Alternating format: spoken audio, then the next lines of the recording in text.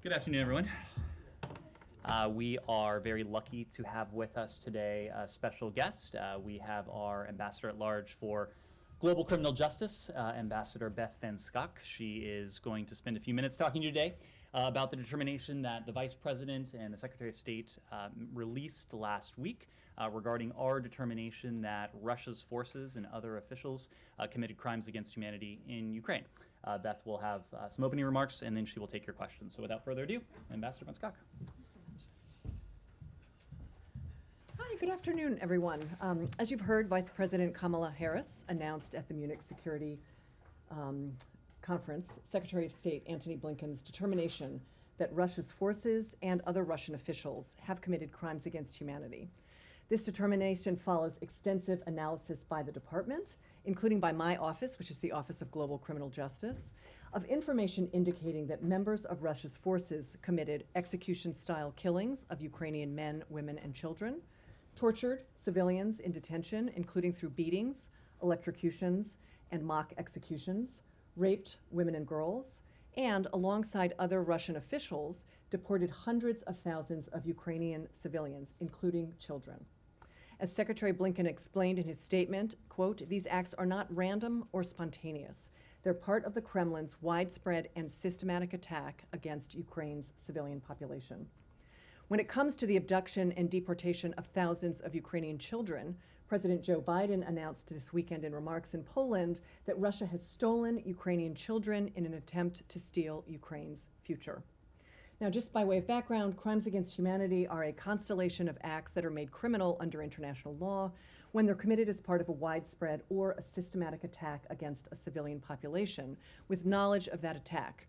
The key element is this widespread or systematic attack against a civilian population. And this is what generally distinguishes crimes against humanity from other international crimes. In the case of Ukraine, the Secretary determined that the attack against Ukrainian civilian population was both widespread and systematic. And he also noted that we reserve crimes against humanity determinations for the most egregious crimes. Although crimes against humanity are as old as humanity, the legal concept traces its origin to the World War II period and the charter of the International Military Tribunal at Nuremberg. Some of the crimes that were committed by the Nazis, such as the mass deportation of civilians or the mass imprisonment and forced labor of civilians, were committed against allies or its own citizens in the war. These could not be prosecuted as ordinary war crimes as the way in which war crimes were formulated at the time. And the Genocide Convention was not created until 1948.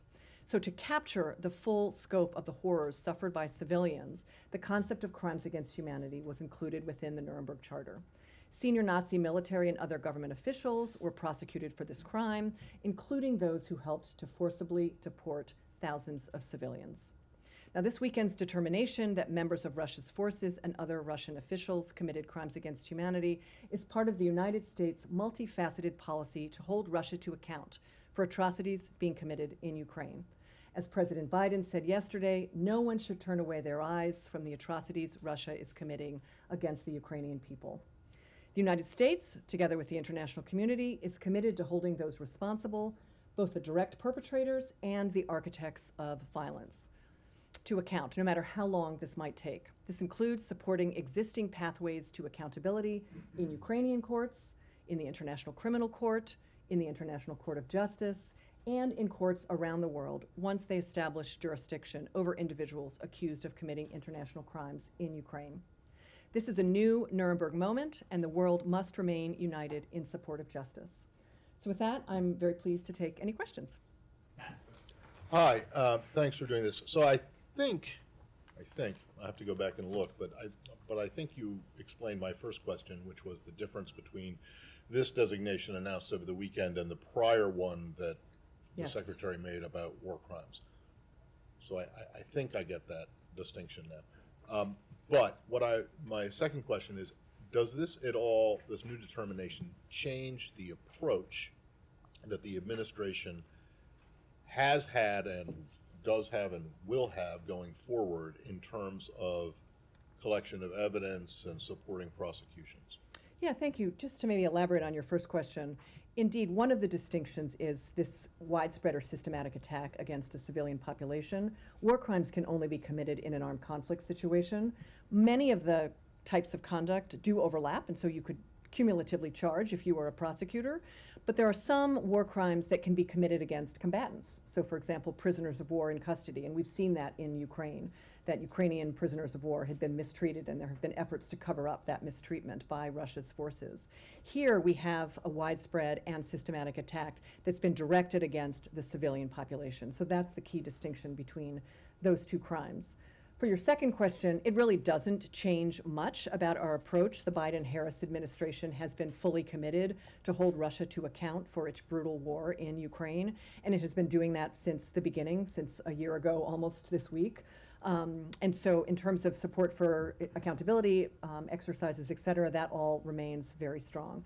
But this is the result of an investigation that we've done, and now we can say publicly that that determination is consistent with what we're seeing. Thanks. Thank you, Ambassador.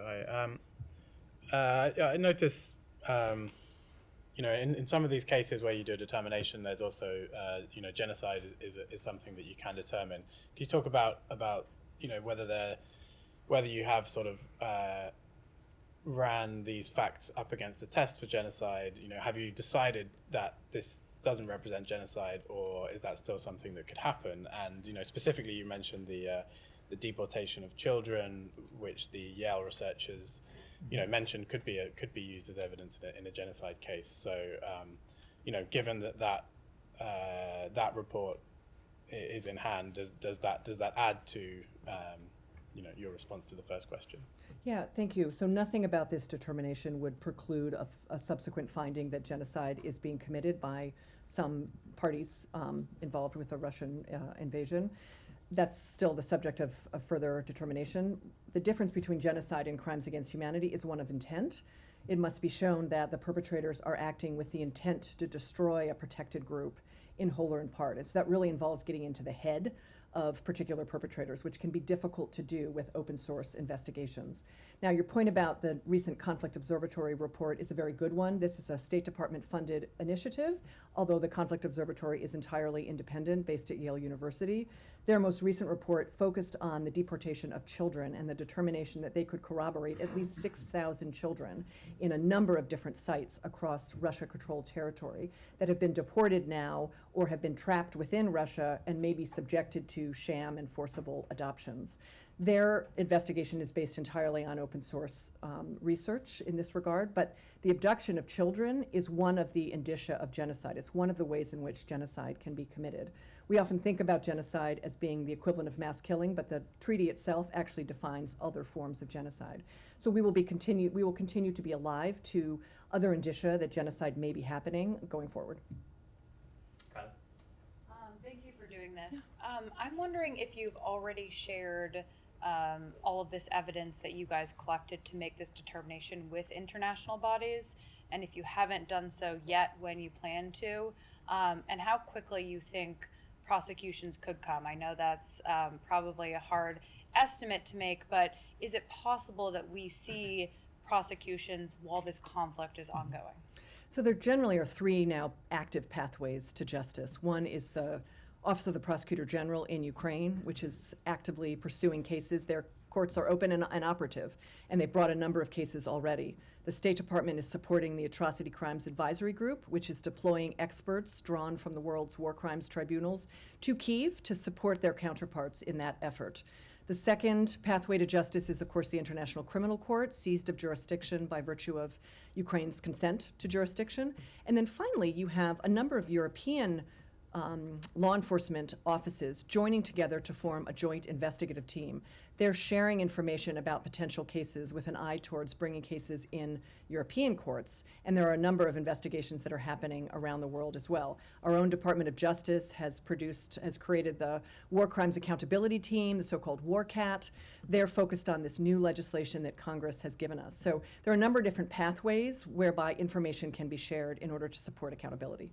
Have you already shared the evidence that you guys collected for this determination We don't- with all three of those? We don't tend to discuss exactly what information gets shared, but know that we are trying to support accountability wherever it is being pursued. And then just to clarify, so prosecutions, additional prosecutions could come, you know, obviously before the conflict is over, given what you've just described there as the This ongoing is the process. assumption. I mean, besides the cases happening in Ukrainian courts, we know that the ICC is fully seized of this, and then this joint investigative team as well. The challenge will be, of course, getting custody of accused. And while individuals remain within Russia, they will probably enjoy impunity because there is no international police force who can go and make those arrests. Sure. Camilla? Hi, thank you, Ambassador.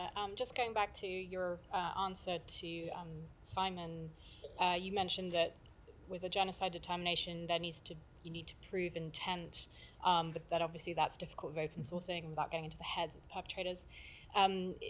Is there a way or a method in which you can start to gather that evidence in terms of getting into someone's head? Is that by getting hands on Russian documentation, or other ways in which to do that? Indeed, courts in the past have been able to infer intent even without a sort of admission by a particular perpetrator. And there's a number of different factors that have been looked at, including, for example, the gratuitousness of violence. So some of the sexual violence that we've seen that serves absolutely no potential military objective whatsoever, attacking civilians while they're in flight, serves no military purpose that can possibly be conceptualized. So that's one set of facts that could lead towards a finding. Second, of course, is the de-Ukrainization rhetoric coming out of the Kremlin, the idea that Ukraine doesn't exist as a sovereign entity or even as a concept, that the Ukrainian people don't exist. So those are the types of things that one would be looking at, I think, in order to determine whether or not. And in the context of children being taken? And then the children being taken as well as a sort of third indicia. Would that be looking at Russian documentation of Yes, activities so taking there's a children? whole range of sources, including insiders who can reveal the thought processes of those in positions of power, seized documents, documents that might be leaked. We know there have been a number of leaks that the Ukrainians have received, and so these could all be potential sources.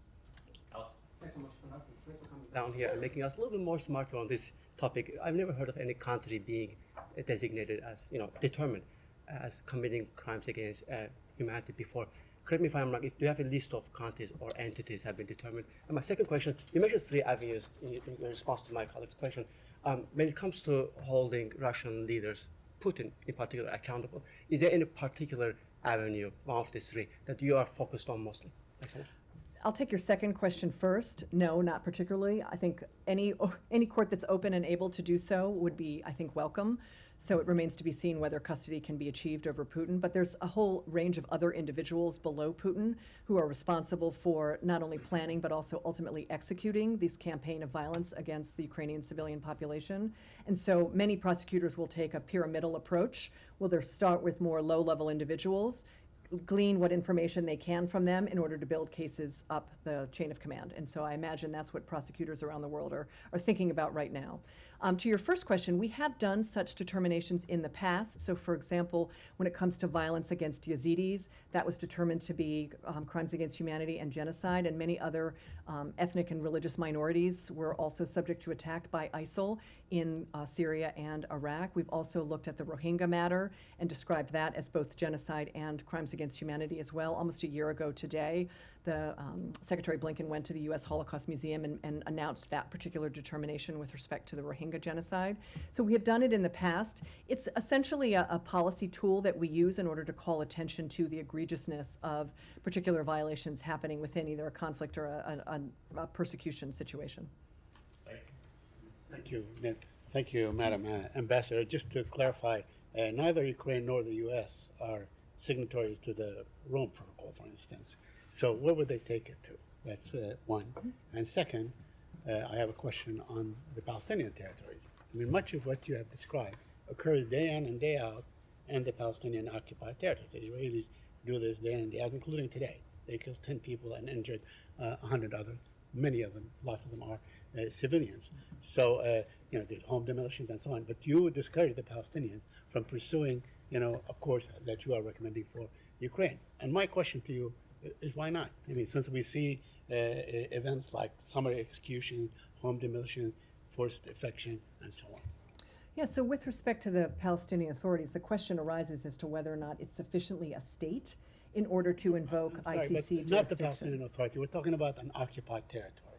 There's a military occupation force that really controls these territories. But only states can invoke the ICC jurisdiction. And I think that's the open question that would have to ultimately be litigated by the court itself. When it comes to Ukraine, states can voluntarily submit themselves to jurisdiction, and that's what Ukraine has done, although it has not ratified the statute, as you note, nor has the United States. And we've always said that it's a sovereign decision of any state to decide whether or not to ratify a treaty and to join the ICC, and we have no objection to states doing that, or to exercising their right to consent on an ad hoc basis to jurisdiction, which is what Ukraine has done. Final question, Jane? Yes, something different. Do you think North Korean leader Kim Jong-un should be referred to the ICC? Well, there was an effort, if I'm remembering correctly, back in 2014 to consider whether or not the Security Council would refer the matter of North Korea to the ICC. And as I recall, that effort was blocked by some permanent members of the Security Council. So absent North Korea referring itself, which of course would not happen, the only way to assert jurisdiction would really be through the Security Council. If you could indulge one final question. Sure. Yeah. In your statement, you mentioned Russian forces and Russian officials. Are their names compiled to be prosecuted, or are we talking about an entire chain of command? Yes, thank you. A number of names have been identified, including through the Conflict Observatory, which was mentioned. Many of these individuals are already subject to a sanctions determination, including Maria Lvova-Belova, the so-called Child's Rights Commissioner, which really has to be in air quotes. These individuals are already subject to sanction, but they are also potentially subject to criminal prosecution. I'm really going to press my luck, but Ian, final question. I was just wondering if you could give any thoughts on how the pursuit of criminal justice in this might play into the eventual diplomatic negotiations that people hope will bring an end to the conflict in Ukraine. Obviously, in some cases in the past with the ICC, there's been some thought that and debate about the fact that if you pursue certain people who are still in power, they may not step down, or they may encourage them to keep going. So I'm just wondering if any of that, if you have any thoughts on that debate in this particular situation. Indeed, it is a perennial debate, and we've seen in previous situations where individuals who have been subjected to accountability processes have been able to be excluded from peace arrangements such that peace can prevail with respect to more moderate leaders. And so I think that would be the thinking here, is that they would have to be individuals who will be willing to commit to a pathway of negotiations and diplomacy in order to instantiate any kind of realistic or just peace. There have been plenty of openings now for President Putin to do that, and he has always rebuffed those openings. We're now having a special session at the General Assembly this week with the goal of bringing the world together to encourage the instantiation of a real and genuine peace, one that is fair to the sovereignty of Ukraine, and so it remains to be seen whether Russia will take that opening. Ambassador, thank you very Thank much. you. Always Thanks, everyone. value having Ambassador Van Schaack here. I offered her the opportunity to stay and do the whole briefing, but she declined. So, before we turn to your questions, let me go through a couple items at the top. First, the United States is extremely concerned by the levels of violence in Israel and the West Bank. Today in Nablus, at least 10 Palestinians, including both militants and civilian bystanders, were killed and over 100 injured during an Israel Defense Forces counterterrorism operation. We wish a speedy recovery to those injured, and our hearts go out to the families of the innocent bystanders who were killed today. We recognize the very real security concerns facing Israel. At the same time, we are deeply concerned by the large number of injuries and the loss of civilian lives. We had productive conversations in recent days with the parties and U.S. regional partners in support of efforts to prevent further violence. We are deeply concerned that the impact of today's raid could set back efforts aimed at restoring calm for both Israelis and Palestinians. Today's events further underscore the urgent need for both sides to work together to improve the security situation in the West Bank. We also call on all parties to desist from actions that inflame tensions, such as incitement to violence, evictions of families from their homes, demolitions, settlement advancements, and the legalization of outposts. Israelis and Palestinians, as we have consistently said, equally deserve to live in safety and security. Next and finally, as you know, Secretary Blinken returned last night from his trip to Germany, Turkey, and Greece, where he continued our close coordination with allies and partners on the critical security issues facing Europe and the rest of the world. The United States, our allies and partners, remain united with Ukraine, and we are resolved to hold Russia accountable for its crimes against humanity and other atrocities and abuses. While visiting areas affected by the earthquakes, the Secretary expressed the United States' full support for the people of Turkey and Syria as they recover from these devastating earthquakes. At the Munich Security Conference, Secretary Blinken met with leaders from around the world, including those from Armenia, Azerbaijan, France, Germany, Iraq, Israel, Japan, Moldova, the Palestinian Authority, the People's Republic of China, the Republic of Korea, Serbia, Ukraine, the United Kingdom, and Yemen. During all of these meetings, the Secretary reaffirmed our commitment to uphold the principles of the UN Charter, such as respect for sovereignty and territorial integrity, which undergird the rules-based international order. The Secretary then visited Turkey immediately following the Munich Security Conference to express profound condolences from the American people for the loss of life following the recent devastating earthquakes. While visiting the areas hit by earthquakes in the Hatay region with Foreign Minister Çavuşoğlu, he witnessed firsthand the tragic devastation and announced an additional $100 million in humanitarian assistance, bringing the total U.S. government response to the earthquakes in Turkey and Syria to $185 million in life-saving aid. While on the ground in Adana, the Secretary met with first responders, including the USAID search and rescue teams and the Syria Civil Defense, also known as the White Helmets. While the devastation from these natural disasters is heartbreakingly profound, he was inspired by the dedication of first responders, brave, extraordinary citizens, humanitarian workers, and so many others in the international community who are helping the people of Turkey and Syria in their time of great need. Together, as friends and allies, we will overcome this tragedy, and the Secretary reiterated that message. Secretary Blinken also met with President Erdogan to affirm the United States' ongoing commitment to providing necessary assistance for our NATO ally Turkey to recover and to rebuild. The meeting underscored Turkey's vital contributions as an ally and strategic partner in support of Euro-Atlantic security. During the Secretary's visit to Greece, he highlighted how the United States and Greece are advancing our shared goals for peace and prosperity in the Eastern Mediterranean, the Western Balkans, the Black Sea region, and beyond. He also thanked Greece for its support of Ukraine. He met with Prime Minister Mitsotakis to affirm the United States' strong partnership with Greece and to reaffirm U.S. support for Greece's essential contributions to the alliance and its continued leadership in the region. During the opening of the fourth U.S.-Greece Strategic Dialogue, Secretary Blinken highlighted our shared values and noted the depth and breadth of U.S.-Greek cooperation. He underscored the importance of the updated U.S.-Greece Mutual Defense Cooperation Agreement as the bedrock of bilateral defense cooperation and the port of Alexandroupoli as a strategic hub and reinforcing NATO's eastern flank in response to Russia's brutal war in Ukraine. The Secretary also highlighted Greece's role in strengthening regional energy security and the growth in people-to-people ties between our countries. He emphasized the positive impact the increased U.S.-Greek cultural and educational cooperation will have on our relationship for generations to come. He also met with the Foreign Minister Dendidis, to discuss their recent trips to Turkey and the urgent assistance required to rebuild from the devastating earthquakes.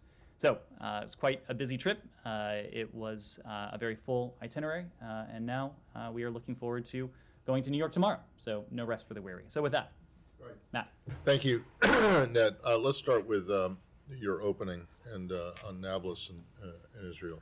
So by my count, you have like one extremely concerned and two deeply concerned, at least in your rhetoric. Now, when the settlement expansion was announced 10 days ago or so, you were deeply troubled. So is there any difference between deeply concerned and deeply troubled or extremely concerned? Matt, Does it mean anything in terms of what you're actually going to do in response, which doesn't seem to be a whole lot? It means precisely what I just said. We are deeply concerned. We are deeply troubled by events in recent days. I wouldn't try and parse these words too closely, but I think the level of our concern, the level of our dismay should be clear in precisely what we've said. We have consistently, not just during this phase of heightened tensions, but consistently over the course of this administration, urged both Israelis and Palestinians to avoid steps that only inflame, that only exacerbate underlying tensions. It's especially critical that now, in the midst of a period that has seen far too many lives lost to violence on both sides, Palestinian lives, Israeli lives, it is especially important during this period that both sides, Israelis, Palestinians, not take steps that only serve to inflame tensions and that actually take steps to de-escalate tensions. We were encouraged to see the arrangement that Israelis and Palestinians had come to over the weekend. We think that type of coordination, that type of arrangement could indeed serve to help de-escalate tensions. We are ready as a partner to Israel, as a partner to Palestinians, as a partner to the other countries in the region with whom we've also been working closely, to do everything we can to support the parties in the steps that they themselves must take to de-escalate tensions. Now is especially important for them to do so. So the arrangement that you just mentioned, that you said hoped could lead to the de-escalation, well, I mean, it clearly didn't work, at least in the short term, 2 days ago. Hasn't worked so far. Are you ready to say that that was a failure? Well, first of all, this is an arrangement between Israelis and Palestinians. I didn't say it wasn't. I'm Well, just no, saying but you said it was my you were point. encouraged by it, and you can't be encouraged now because it didn't seem to do anything. Well, Matt, you also alluded to the fact that you're talking over the time horizon of a couple days. We are not ready to render a verdict. It is certainly our hope that the type of arrangement that Israelis and Palestinians had worked out in recent days does indeed, in the coming days, serve to de-escalate tensions.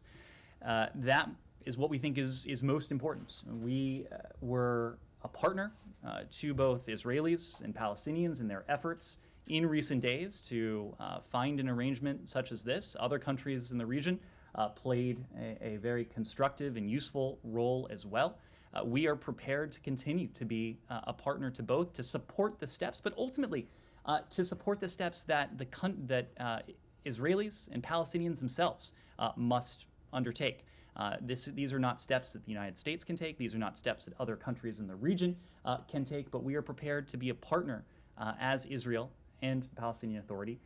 We hope take steps that do in fact de-escalate tensions. Okay, last one.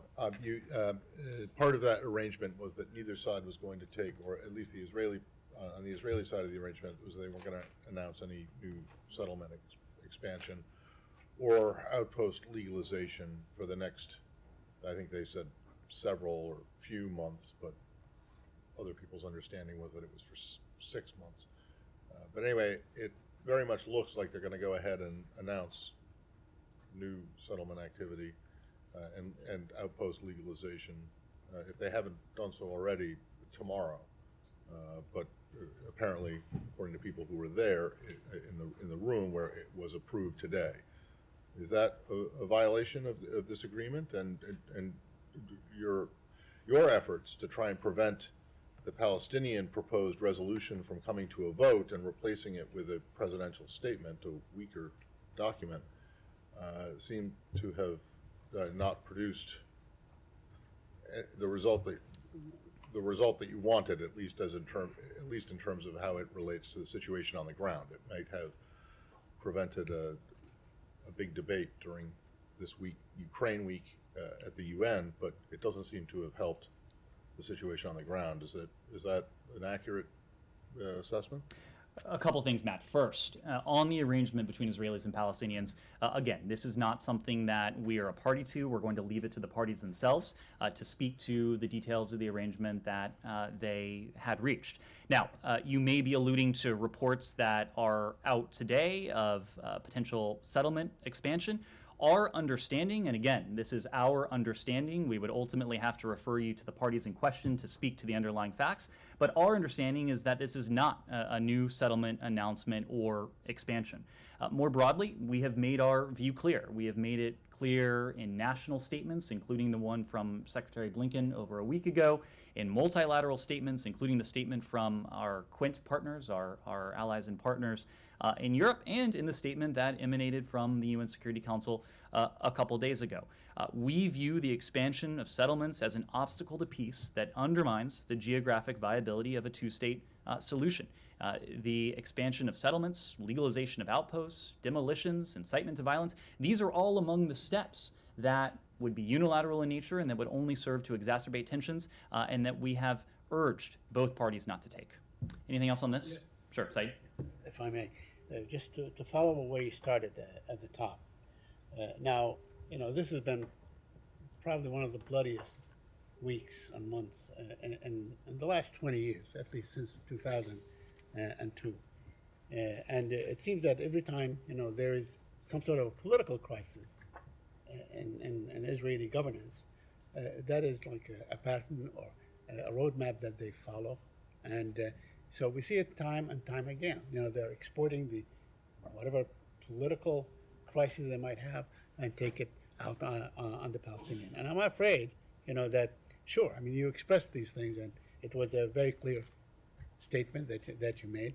But it seems, unfortunately, that the Israelis they don't care. They just go on. They dismiss any other effort that might take place at the UN, or even the statement that was issued that was really watered down. But in fact, this thing that is going on continue to go on. I mean, can you put some muscle behind your statement that you are concerned? But what will you do if the Israelis continue with this, iron fist against an unarmed population? So, Saeed, to the first part of your question, we wouldn't, nor could we, speak to specific motivations. We are speaking to the facts as they are communicated to us and as they are communicated to the rest of the world. We are speaking to the implications of the facts on the ground. And unilateral acts, including expansion of settlements, legalization of outposts, those are obstacles to peace. Those are the obstacles to a negotiated two-state solution that over the course of decades now, successive American administrations have endorsed. Israelis and Palestinians themselves have endorsed.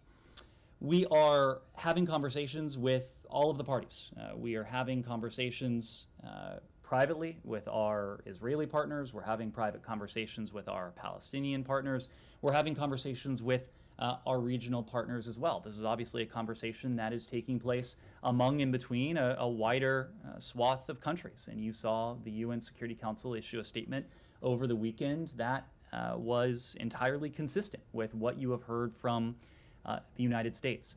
Our overarching priority is to preserve the viability of a negotiated two-state solution to the conflict.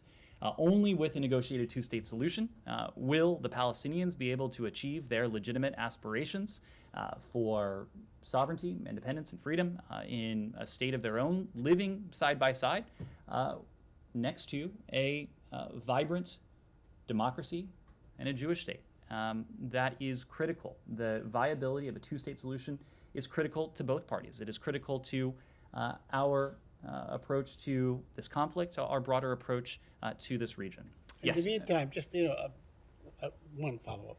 In the meantime, we see this, this Israeli policy of going in and killing innocent Palestinians, go unabated. They feel that they have total impunity in conducting these operations. Today's operation was in broad daylight. It was like 9 or 10 in the morning. So they know full well that there was going to be no opposition for them whatsoever. So they target people who are unarmed. So what should happen? What should happen to at least stem or stop this Israeli violence? Saeed, 2 points. First is the point that Israel faces very real threats to its security. We have seen horrific reminders of that, even in recent days. Israel has every right to defend itself against acts of terrorism and violence. In doing so, and this is the second point, we have encouraged Israel repeatedly, as we do countries around the world, to do so in a way that minimizes any potential civilian casualties, any potential civilian harm. The death of a single innocent civilian is a tragedy. This is not a sentiment that is unique to the United States. This is a sentiment that we have heard from countries around the world, including from our Israeli partners. It is imperative that steps be taken to minimize civilian harm, to minimize civilian casualties. The IDF and Israel more broadly has spoken to some of those steps. But again, we urge Israel to exercise caution and to do what it can while it responds to very real threats to its security to minimize the possibility of civilian harm. Rosalind? Specifically, with whom has the U.S. government engaged? Have they spoken to the Prime Minister? Have they spoken to the Foreign Minister? Have they spoken to their own security coordinator on the ground? Have they spoken to Palestinian officials who would be in charge of security? How deep are these conversations? And the follow-up, it's one thing to express concern. It's one thing to say that both parties have a right to guarantee their security. It's one thing to express sympathy for those who were caught in the crossfire. But what leverage is this administration exerting on both sides to actually preserve the two-state solution, to not engage in provocative actions, and to not be seen in some quarters as trying to disrupt what the U.S. would like to see, which is the eventual creation of two states side by side living in peace and security? A couple of things, Rosalind. To your first question, the short and non-specific answer is yes. We have engaged through multiple channels to our Israeli partners, to the Palestinians as well. We've done so through diplomatic channels, including via our embassy in Jerusalem, through the Palestinian Affairs Unit in Jerusalem as well. We've done so from this building, including at high levels. We've done so through security channels. We have done so through all appropriate avenues. As you know, Secretary Blinken himself was on the phone over the weekend with the Prime Minister Netanyahu, with President Abbas of the Palestinian Authority. That, of course, was predated today's violence, but even in the wake of today's violence, we have been in direct contact with the parties themselves via multiple channels to stress upon them the need for the parties themselves, for Israelis and Palestinians themselves, to take steps to de-escalate tensions. This gets to your second question. The United States is a partner. We are a partner to Israel. We are a partner to the Palestinians. Ultimately, our message and the message that both parties are hearing from countries in the region is that it is incumbent on them to take steps, not only to avoid steps that only exacerbate tensions or inflame tensions, but to actually take steps to de-escalate tensions. We are, in our capacity as a partner, coordinating between and among them. We are providing ideas. We are putting ideas and proposals on the table in coordination with the parties themselves and countries in the region. We think that is the most constructive role for us to play, knowing that, again, ultimately, the parties themselves are going to need to be responsible for taking steps that ultimately de-escalate these underlying But tensions. there's nothing that the U.S. can say to either Israel or the PA in terms of, if you don't do this, we're going to do that, and that may not turn out well for you. There's no pressure that this administration can bring on either party to de-escalate. Rosalind, we're going to do what we think is going to be effective. And whether it is in this context, whether it is in other contexts and regions around the world, typically it is less than effective for the United States to make very specific, let alone public, I don't want to call them threats because that's not what we engage in, but the type of thing that you are asking about. We are having conversations, private conversations with both parties. Publicly, we are making very clear where the United States stands. We don't want there to be any ambiguity whatsoever about what we would like to see the parties themselves do, what we would like to see the parties themselves avoid. That is what we can do most effectively from a place like this, from the podium. We can have private conversations to encourage the parties to share ideas, to share proposals, to put ideas on the table. We think that is a constructive role for the United States to play. It's precisely the role the United States has played over the course of the past 2 years. You may recall in the springtime, early summer of 2021, when there was rocket fire and ultimately violence between Israel and Gaza. The United States played a very active role, behind the scenes largely, but a very active role, going from Israelis to Palestinians, vice versa, working with parties in the region. We did that once again last year, where there were heightened tensions and violence. That's precisely what we're doing now. Anything else on this? Go ahead. Let me go a little bit to history. Several U.S. presidents, American president, played the heavy-handed when Israel stand on the way and challenge their policy in the Middle East. I name President Carter in Camp David and President Ford during the disengagement talk after the 1973 war. In both times, when the United States threatened to review the relation, Israel followed through. My question is, since it has been happening day and time again, and I think everybody get bored with it, including you. Are you considering doing the same thing, or trying to say, hey, guy, we gotta put our relation in review our relation if you don't follow through? Are you considering such a step? This is really another way of asking the question I just answered of Rosalind, and it goes back to what I just told her. We are a partner to Israel.